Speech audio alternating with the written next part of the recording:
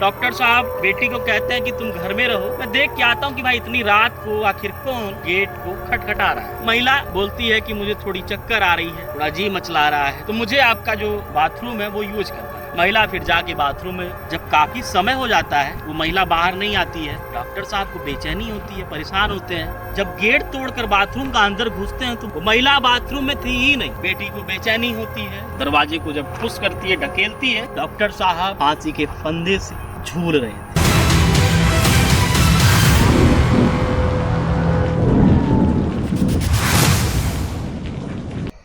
आपको हमारे पीछे एक खंडहर दिख रहा होगा। ये खंडहर पूरे छत्तीसगढ़ के सबसे भूतिया 10 जगहों में से एक। हम राजधानी रायपुर में मौजूद हैं और इस खंडहर को पहले लाल बंगले के रूप में जाना जाता था। बीते कुछ महीने पहले प्रशासन ने इसके ऊपर बुलडोजर चलाकर इसको पूरी तरीके से ध्वस्त कर दिया। इस लाल बंगले की अपनी एक कहानी है और उन कहानियों से फिर तमाम कहानियां हैं। अलग अलग कहानियां हैं, अलग अलग लोगों की जनश्रुतियां हैं। एक कहानी जो है वो कहानी नहीं बल्कि हकीकत है, सच है। उसी को आज हम आपको बताएंगे।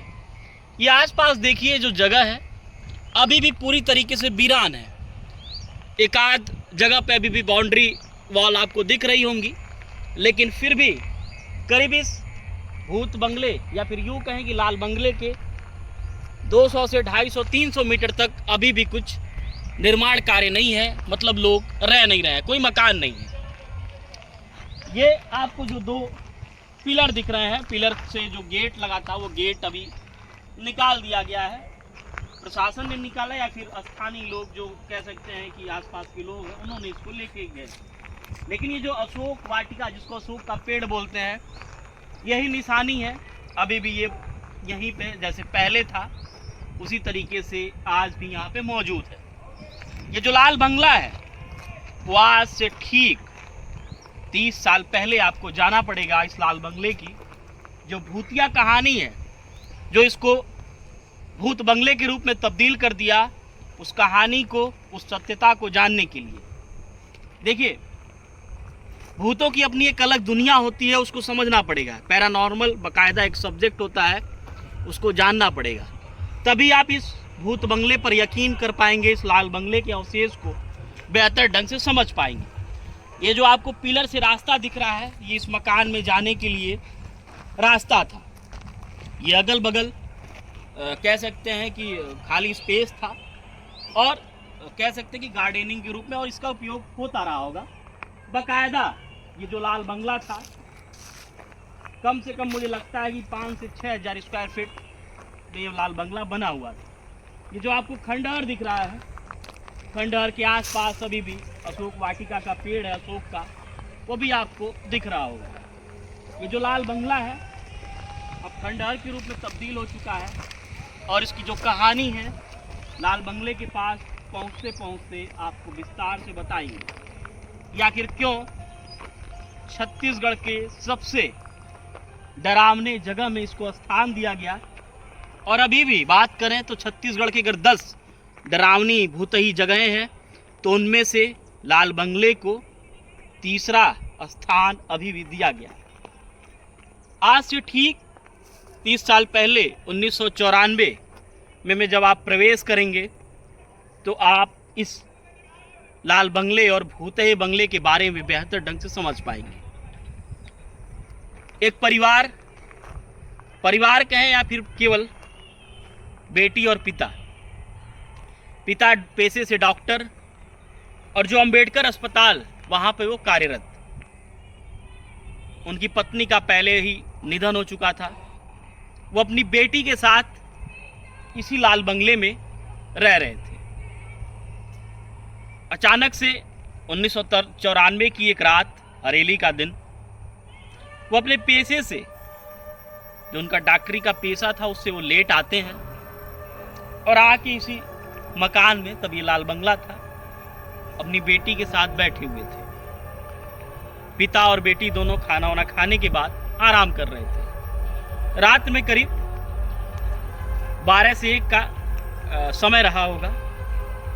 ये जो गेट आपको मैं पहले दिखाया हूँ, उसी गेट से एक महिला की आवाज़ आती है। डॉक्टर साहब बेटी को कहते हैं कि तुम घर में रहो, मैं देख के आता हूँ कि भाई इतनी रात को आखिर कौन गेट को खटखटा रहा है।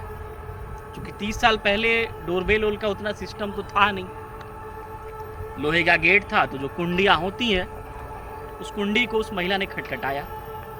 डॉक्टर साहब इन्हीं रास्तों से चल के गेट तक पहुंचते हैं, गेट खोलते हैं। महिला बोलती है कि मुझे थोड़ी चक्कर आ रही है, थोड़ा जी मचला रहा है, थोड़ी बेचैनी हो रही है और पेट में कुछ समस्या है, तो मुझे आपका जो बाथरूम है वो यूज करना है। डॉक्टर साहब बोलते हैं ठीक है आइए आप।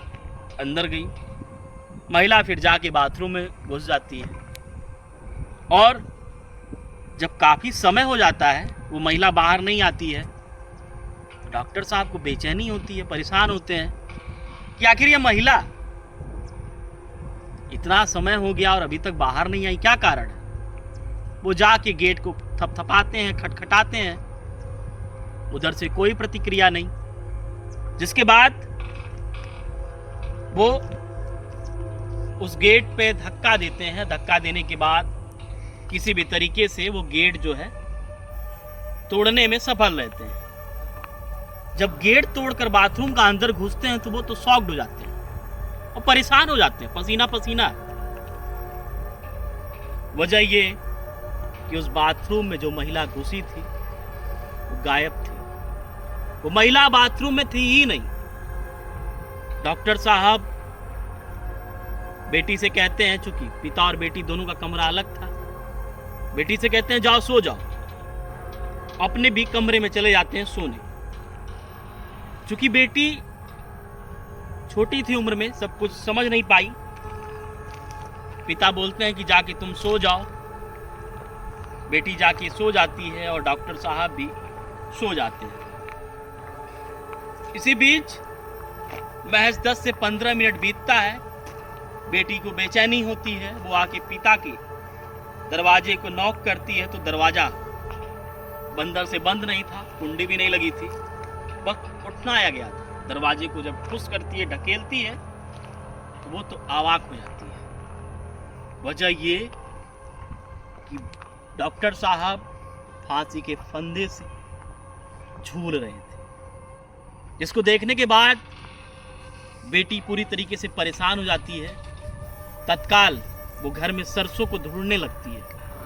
क्योंकि सरसों के बारे में ये कहा जाता है, आपने भी पढ़ा होगा, कि अगर कोई बुरी बला हो, कोई आत्मा हो, कोई लगे आपको कि अब नॉर्मल चीज़ें हो रही हैं, पैरानॉर्मल चीज़ें आपके आसपास घट रही हैं, तो आप सरसों का दाना ले लेंगे तो जो आत्माएं होती हैं वो आपको परेशान नहीं करेंगी। लड़की चूंकि सुनी होगी, पढ़ी होगी। लेने के बाद वो रोते हुए पुलिस थाने में फ़ोन करती है। इसके बाद तत्काल पुलिस आती है। जब पुलिस आती है तो किसी भी तरीके से डॉक्टर साहब के डेड बॉडी को वहाँ से उतारा जाता है, हॉस्पिटल लेके जाया जाता है। और हॉस्पिटल पहुँचते पहुँचते सबको ये पता चल जाता है कि डॉक्टर साहब इस दुनिया में नहीं रहे। इसी बीच जो पुलिस वाले फ़ोन पे घर पे पहुँचे हुए थे इस लाल बंगले पे, उस दिन एक पुलिसकर्मी की भी मौत हो जाती है। जिसके बाद ये जो लाल बंगला पूरी तरीके से भूतिया हो जाता है। जो बेटी है वो अपने रिश्तेदार के यहाँ चली जाती है। बेटी आज भी अभी है अपने रिलेटिव के साथ ही है। अब तो हो सकता है शादी वादी हो गया उनकी बेटी का, फिर कोई पता नहीं लगा। लेकिन उसके बाद से ही 1994 की हरेली की उस रात से ही ये जो लाल बंगला था वो भूतिया बंगले के रूप में तब्दील हो गया। शासन प्रशासन को लगा कि बेटी बड़ी हो गई है, दावेदारी करेगी, आएगी, जो ये लाल बंगला है इस पे साफ सफाई करके रहेगी या फिर किसी को रेंट पे देगी। लेकिन ऐसा कुछ नहीं हुआ। काफ़ी लंबे अंतराल पे 30 साल गुजर जाने के बाद इसी साल कुछ महीने पहले इस लाल बंगले को तोड़ा गया। अब आप देख सकते हैं कि लाल बंगले का जो है ये अवशेष है किस तरीके से अभी भी आप यहाँ पे देख सकते हैं कि जो कटीले तार होते हैं यहाँ पे, ये आपको दिख रहा होगा कि मकान में निर्मित जो सीमेंट का जो भी पार्ट है, यहाँ पे ईंट आपको दिख रहा है। सोचिए उस समय भी मकान में जो है टाइल लगा हुआ था, ये टाइल है, सब कुछ मतलब वेल स्टैंडर्ड मकान। लाल बंगले की एक तस्वीर आपको थंबनेल में भी दिखी होगी और स्क्रीन पे भी आपके दिख रही होगी। जब कोई दावेदारी नहीं होती है तो पुलिस को लगता है कि अब तो ये अराजक तत्वों का एक अड्डा हो गया। अमूमन ये चीज़ें आपको दिखती होंगी कि बड़े शहरों में भी जब किसी मकान में कोई नहीं रहता है तो जो शराबी जुआड़ी होते हैं वो उस मकान को अपना अड्डा बना लेते हैं। वैसे यहाँ भी हुआ, दिन प्रतिदिन तमाम जो बुरी आदतें होती हैं, जो व्यसनी लोग होते हैं, यहाँ के अपना एक अड्डा बना लिए थे, जिसकी वजह से इस पूरे भूतही लाल बंगले को पुलिस प्रशासन को तोड़ना पड़ा। मैं आपको पूरा भूतहा जो लाल बंगला है वो आपको दिखा रहा हूँ, किस तरीके से इस मकान में। यहाँ पे देखिए आप, टाइलें आपको दिखेंगी, पूरी साबुत टाइलें। ये अमूमन घर के अंदरूनी हिस्से का ये पार्ट है। यहाँ हो सकता है कि आंगन रहा हो, और ये जो दीवार छत तोड़ी गई तो ये छत रहा होगा, या फिर कुछ बाउंड्री वॉल रही होगी। क्योंकि काफ़ी बेहतरीन नक्काशी के साथ इस मकान को डॉक्टर साहब ने बनवाया था।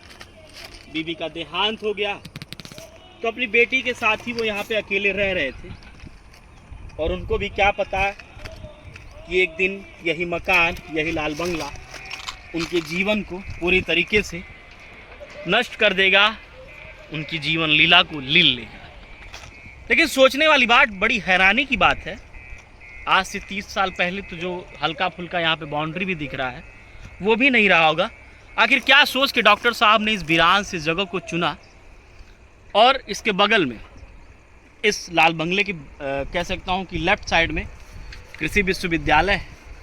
ये जो रोड जाती है हाईवे, वो आरंग और नवा रायपुर की तरफ जाती है, और आप वीडियो में भी तमाम जगह नवा रायपुर ही देखे होंगे इस भूत बंगले का जो लोकेशन दिखा है। लेकिन ये शहर से महज अगर हम बात करें तेलीबांधा से करीब 2.5 से 3 किलोमीटर के ही अंदर ये लाल बंगला मौजूद है। तमाम वीडियो आप लोगों ने उस लाल बंगले का देखा होगा, जो लाल बंगला भूतही बंगले के रूप में या फिर भूतहा बंगले के रूप में तब्दील हो गया था। लेकिन आज जो आप देख पा रहे होंगे वो केवल इस लाल बंगले के भूतही अवशेष को मैं दिखा पा रहा हूँ, और अब पूरी तरीके से ये अवशेष में तब्दील हो चुका है। अभी भी लोग कहते हैं कि रात के समय में यहाँ पे डरावनी कुछ आवाज़ें आती हैं, कुछ एबनॉर्मल एक्टिविटीज़ होती हैं।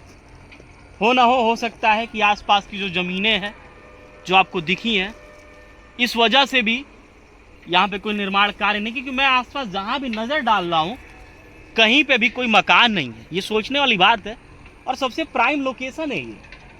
यहाँ से शहर महज कुछ मिनटों की दूरी पे है, उसके बाद भी ऐसी स्थिति इस जगह की है, वीरान सी ये जगह है, और मैं करीब यहाँ आधे घंटे से मौजूद हूँ।